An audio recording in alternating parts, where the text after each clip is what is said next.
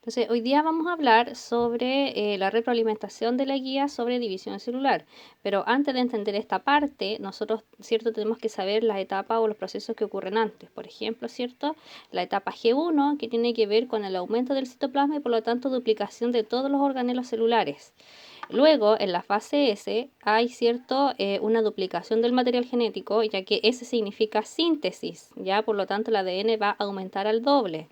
Luego está la fase G2, que tiene que ver con la revisión, ¿cierto? Para ver si esta duplicación se hizo con éxito y tratar de eliminar todos los errores posibles.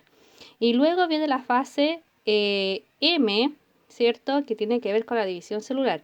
Pero ahí es importante saber algo, que nosotros cuando hablamos, por ejemplo, de células somáticas, nos referimos a todas las células del cuerpo, ya sean, ¿cierto?, las células de la piel, células de los huesos, de todos los órganos posibles. Y este tipo de división celular en células somáticas se va a llamar mitosis. En cambio, cuando hablamos de gametos, ¿cierto? Cuando hablamos de gametos nos referimos a los espermatozoides y a los ovocitos en las mujeres. Aquí, ¿cierto?, este proceso no se llama mitosis, sino que se llama meiosis. Entonces, ¿qué es importante saber? Que en la mitosis, ¿cierto?, ocurre la división celular y está formada por distintas etapas. La primera de ellas se va a llamar profase, ¿ya? Y en la profase empieza, ¿cierto?, a desintegrarse el núcleo o la membrana del núcleo y el ADN, ¿cierto?, empieza a condensarse. Luego viene otra etapa que se llama la metafase. Y en la metafase lo que sucede, ¿cierto?, es que los cromosomas ya están condensados, la membrana nuclear ya desapareció y los cromosomas, ¿cierto?, se van a ubicar en el plano ecuatorial. Y cuando hablamos de placa o plano ecuatorial nos estamos refiriendo a la mitad de la célula. Y en cada polo se van a encontrar los centriolos, ¿cierto?, que fueron duplicados anteriormente en la fase G1. Por lo tanto, ¿cierto?, de estos centriolos van a nacer unos filamentos que se van a llamar uso mitótico. Y esto lo que va a hacer es que se van a unir al centrómero del cromosoma, justo, ¿cierto?, en esa parte, y la unión del filamento con el centrómero se va a llamar cinetocoro. Por lo tanto, ¿cierto?, los cromosomas van a ser atravesados, ¿cierto?, por estos filamentos. Luego de esta fase viene otra fase que se llama anafase, y acá lo que sucede, ¿cierto?, es que los cromosomas, al ser partidos por la mitad, empiezan a migrar hacia los polos celulares, ¿ok? Y en una siguiente etapa, que se va a llamar telofase,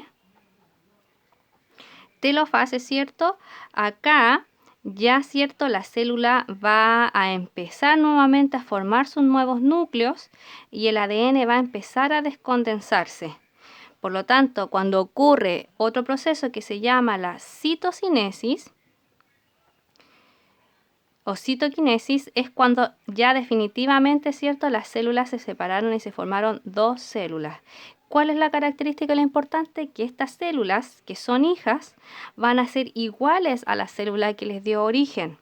¿Ok? Por lo tanto, la parte de verdadero y falso, la primera decía que la mitosis sirve para generar gametos. No, porque es la meiosis el proceso, ¿cierto?, donde se producen los gametos. Otra cosa importante, cuando hablamos de ploidía, nos estamos refiriendo a cuántas copias de cromosomas tienen. Cuando un individuo es haploide, nosotros decimos que tiene una copia para cada cromosoma. Quiere decir que va a tener un cromosoma 1, un cromosoma 2, un cromosoma 3, ¿ok?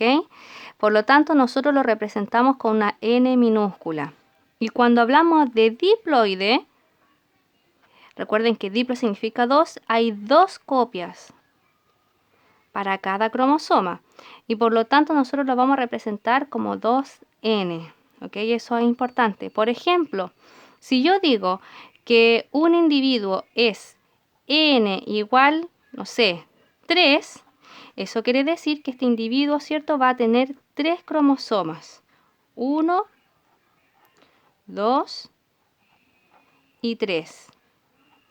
Y cuando digo que es 2n igual 6, eso va a querer decir que tiene 6 cromosomas en total. ¿Ya? Estos son mis cromosomas, chiquillos, por si acaso. Llevamos 1, 2, 3, 4, 5 y 6. Y por lo tanto, este 2 va a indicar que tiene, ¿cierto?, en parejas. Por lo tanto, estos van a estar apareados, estos van a estar apareados y estos van a estar apareados. O sea, vamos a tener 3 parejas y un total de 6 cromosomas. Eso es súper importante. Otra cosa, recordemos también, vamos a dar vuelta a la hoja, que un cromosoma, ¿cierto?, puede estar formado por una sola cromátida y también va a ser un cromosoma. Y van a ver, ¿cierto?, cuando ocurra la duplicación del material genético, se va a duplicar, ¿cierto?, ese cromosoma y va a quedar un cromosoma con 2 cromátidas hermanas. ¿Ok? Entonces, cada una de ellas van a ser cromátidas. Por lo tanto, cuando el ADN no ha sido duplicado y decimos que es un individuo diploide, vamos a encontrar un ejemplo, ¿cierto? Un individuo con 2 cromosomas distintos, de esta manera. Y cuando ocurre la fase S, esos cromosomas van a quedar de esta manera.